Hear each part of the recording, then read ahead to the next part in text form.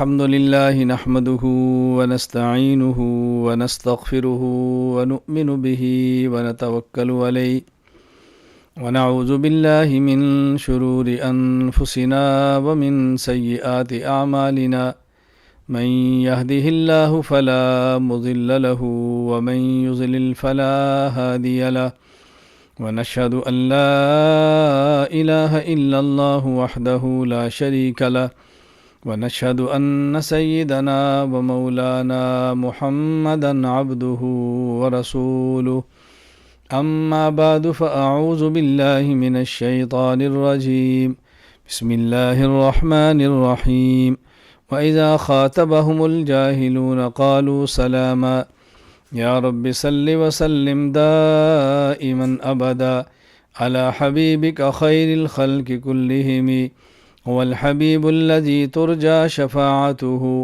لكل هول من الأهوال مقتحم اللهم صل على محمد وعلى آل محمد كما صليت على إبراهيم وعلى آل إبراهيم إنك حميد مجيد اللهم بارك على محمد وعلى آل محمد كما باركت على إبراهيم وعلى آل إبراهيم إنك حميد مجيد۔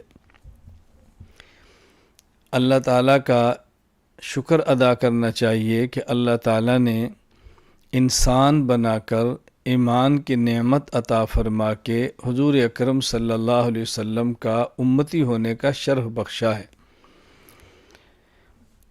گزشتہ ہمارے اس وعظ، درس اور بیان میں یہ بات بیان کی گئی تھی کہ دنیا میں دو قسم کے لوگ ہیں۔ نمبر 1 عباد الرحمن، نمبر 2 عباد الشیطان۔ عباد الرحمن وہ ہیں جو رحمان کی بندگی کرتے ہیں، رحمان کی اطاعت کرتے ہیں، رحمان کی مان کر چلتے ہیں۔ عباد الشیطان وہ ہیں جو شیطان کی بندگی کرتے ہیں، شیطان کی مان کے چلتے ہیں، شیطان کو بڑا سمجھتے ہیں۔ ہم نے دنیا میں عباد الرحمن بن کے جینا ہے، عباد الشیطان بن کے نہیں جینا۔ اللہ تعالیٰ قرآن کریم میں فرماتے ہیں الحمدللہ رب العالمین الرحمن الرحیم مالک یوم الدین۔ اللہ تعالیٰ نے مالک یوم الدین والی صفت بعد میں بیان فرمائی ہے، الرحمن الرحیم کی صفت پہلے بیان فرمائی ہے۔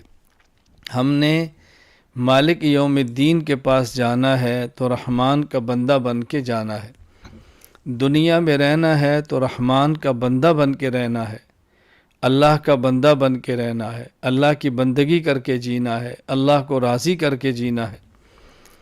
عباد الرحمن کی صفات کون کون سی ہیں؟ اللہ پاک نے خود ان صفات کو بیان فرمایا ہے۔ رحمان کے بندوں میں صفتیں کیا ہونی چاہیے؟ رحمان خود بتا رہے ہیں۔ ایک یہ ہے کہ میں کہوں، کوئی اور کہے، یہ بات الگ ہے۔ رحمان خود فرما رہے ہیں کہ میرے بندوں کی صفتیں کیا ہیں۔ قرآن کریم سورۃ الفرقان آیت نمبر 63، وعباد الرحمن الذین یمشون علی الارض ہونا، یہ پہلی صفت بیان کی ہے۔ رحمان کے بندے وہ ہیں جب زمین پر چلتے ہیں اکڑتے نہیں ہیں، تکبر نہیں کرتے، شیخیاں نہیں مارتے، تواضع کے ساتھ جیتے ہیں، پستی کے ساتھ چلتے ہیں۔ اللہ اکبر۔ اور دوسری صفت بیان فرمائی وَإِذَا خَاطَبَهُمُ الْجَاهِلُونَ قَالُوا سَلَامًا، جب ان سے جاہل، ضدی، عنادی لوگ بات کریں تو یہ ان سے جھگڑتے نہیں ہیں، بحث و مباحثہ نہیں کرتے، ان سے ٹکراتے نہیں ہیں، بس کہتے ہیں سلامہ۔ سلامہ، سلامہ کا مطلب میں دلائل سے آگے پیش کروں گا۔ قرآن کریم نے اس لفظ کو کہاں استعمال فرمایا؟ سلامہ کا خلاصہ یہ ہے کہ جب ان سے کوئی ایسا شخص گفتگو کرے جو ضدی ہو، جو عنادی ہو، بغض اور کینے والا ہو، جھگڑا کرے، فساد کرے، فضول بحث کرے، تو یہ لوگ کہتے ہیں بھائی سلامتی ہو، سلامتی ہو، اللہ تعالیٰ مجھے تمہارے شر سے بچائے، تمہیں ہمارے شر سے بچائے، سلامتی ہو۔ سلامتی کیا کہ الگ تھلگ ہو جاتے ہیں، اللہ تعالیٰ ہمیں آپ سے محفوظ رکھے، سلامتی کہہ کر الگ ہو جاتے ہیں۔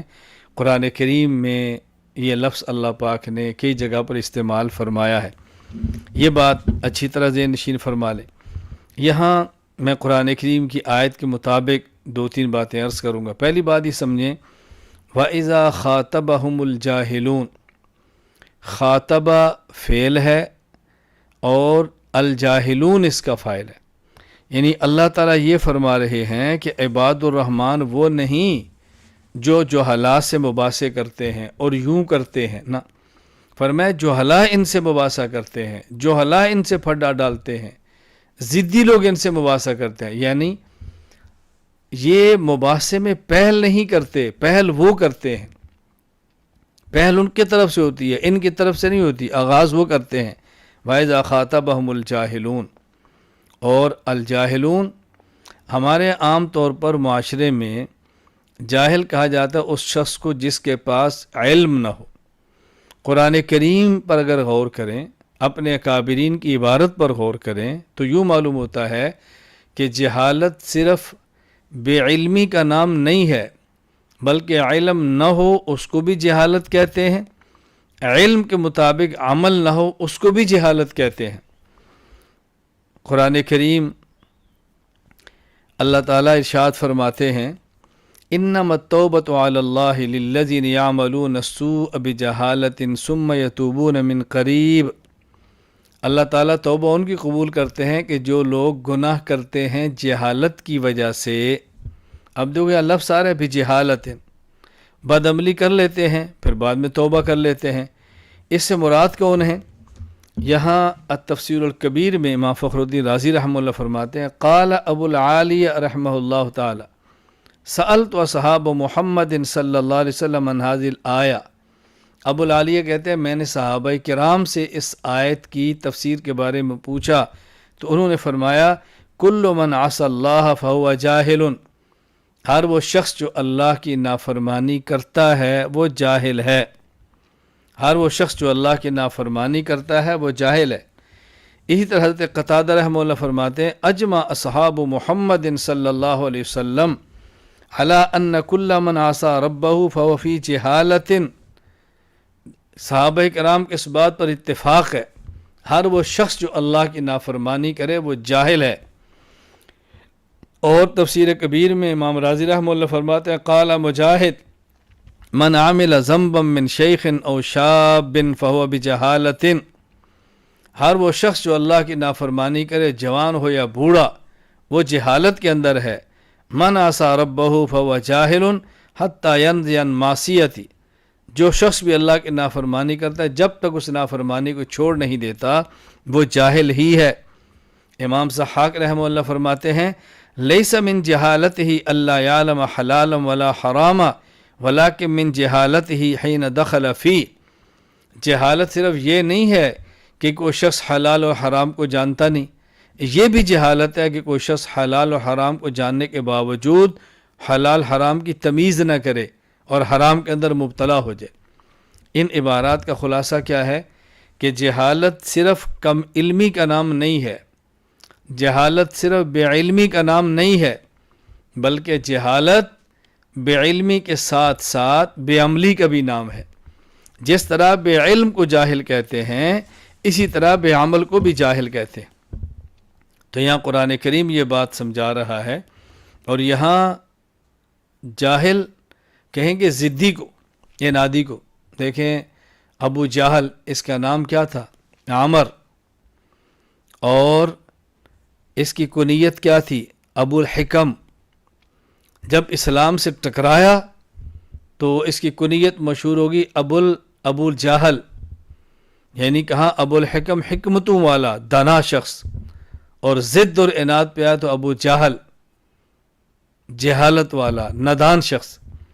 جس شخص نے رسول اللہ صلی اللہ علیہ وسلم کی زیارت کی ہو، رسول اللہ صلی اللہ علیہ وسلم کے معجزات کو دیکھے ہوں، آپ کے مبارک اخلاق کو دیکھے ہوں، آپ کی سیرت کو آنکھوں سے دیکھا ہو، اور پھر بھی قبول نہ کرے اور ٹکرا جائے، اس سے بڑا جاہل کون ہے؟ اس سے بڑا ضدی کون ہے؟ اس سے بڑا انادی کون ہے؟ صرف یہ نہیں کہ دعوت قبول نہیں کر رہا بلکہ بدبخت ٹکرا رہا ہے، آپ کی جان کا دشمن ہے، آپ کے وجود کو ختم کرنا چاہ رہا ہے، لیکن اس کے کہنے سے کیا ہوگا؟ اس کے چاہنے سے کیا ہوگا؟ اس کے چاہنے سے کیا ہوگا؟ کچھ بھی نہیں ہوتا۔ وہی ہوتا ہے جو منظور خدا ہوتا ہے۔ کہتے ہیں مدعی لاکھ برا چاہے کیا ہوتا ہے؟ وہی ہوتا ہے جو منظور خدا ہوتا ہے۔ ابو جہل کے کہنے سے کیا ہوگا؟ جب اللہ کا فیصلہ ہے کہ میں نے رسول اللہ صلی اللہ علیہ وسلم کے دین کو غالب کرنا ہے، ابو جہل اینڈ کمپنی کیسے اس کو مغلوب کر سکتی ہے؟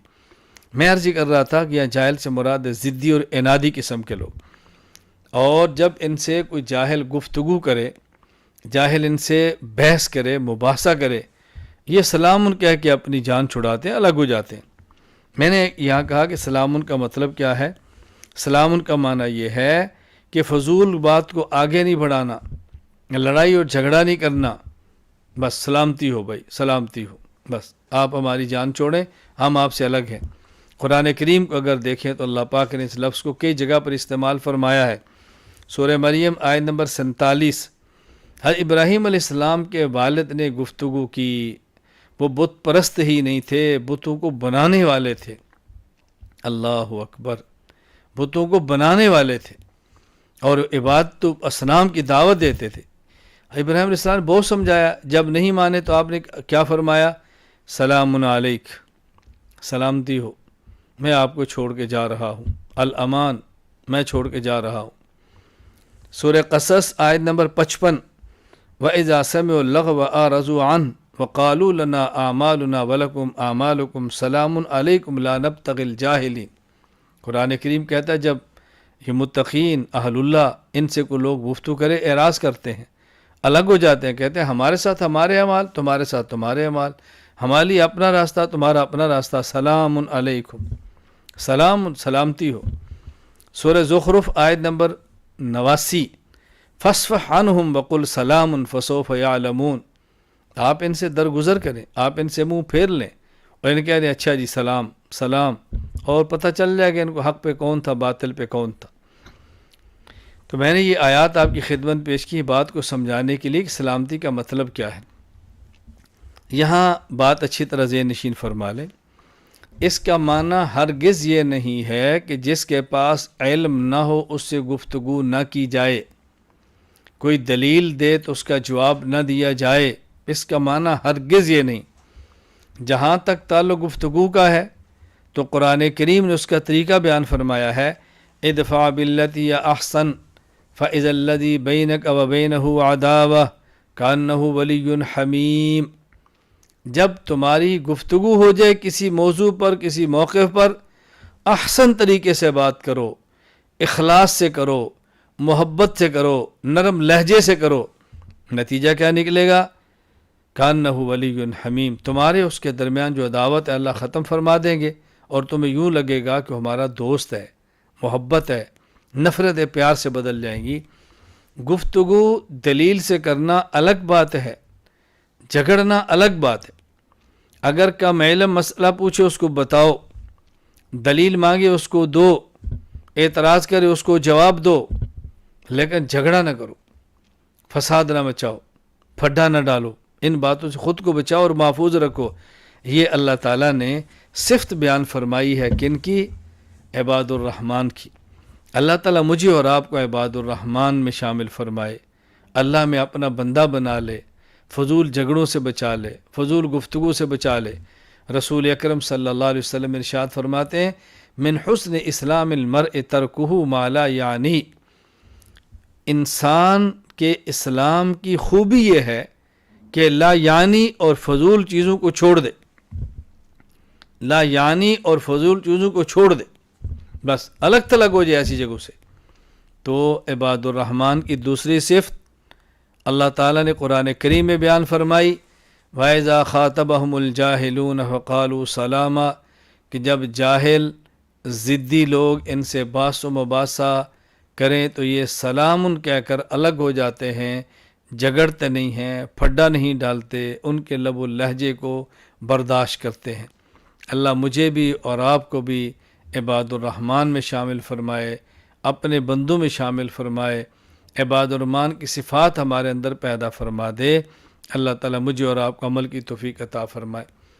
ہر ماہ کی پہلی اتوار یہ ہماری مختصر سی تربیتی اصلاحی نشست ہے، اس کے